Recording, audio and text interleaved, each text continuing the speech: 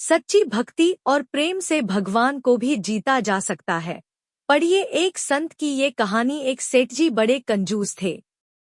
एक दिन उन्होंने दुकान पर बेटे को बैठा दिया और बोले कि बिना पैसे लिए किसी को कुछ मत देना, मैं अभी आया।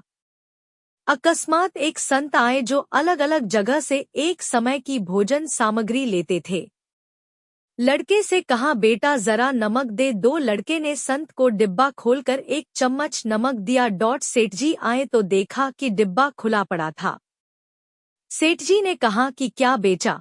बेटा बोला, एक संत जो तालाब पर रहते हैं, उनको एक चम्मच नमक दिया था।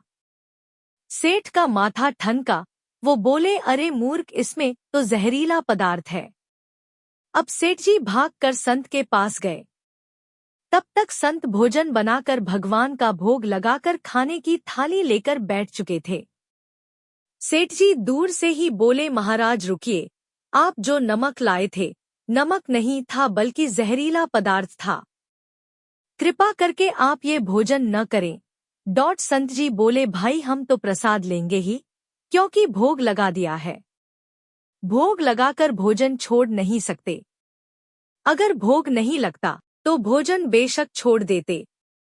ये कहकर संत ने भोजन को प्रसाद समझकर खाना शुरू कर दिया। सेठ जी के होश उड़ गए। वो रात भर वहीं बैठे रहे।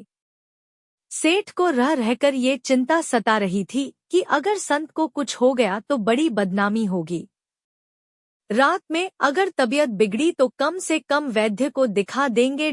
सोचते सोचते उसे नींद आ गई। सुबह रोज की तरह संत जल्दी उठ गए और नदी में स्नान करने लगे। सेठ जी ने कहा, महाराज तबीयत तो ठीक है। संत बोले, भगवान की कृपा है। इसके बाद वे पूजा के लिए मंदिर चले गए। जैसे ही संत ने मंदिर का द्वार खोला तो देखा कि भगवान के श्री विग्रह के 2 भाग हो गए हैं और शरीर काला पड़ गया है।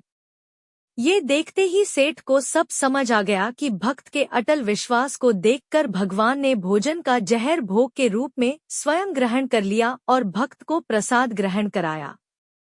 इसके बाद सेठ ने तुरंत घर जाकर बेटे को दुकान सौंप दी और स्वयं संत की शरण में आकर भगवान की भक्ति करने लगा। भाग्य उन्हीं का साथ देता है जो बहादुर हों और जो संघर्ष से कभी भी घबराते न हों।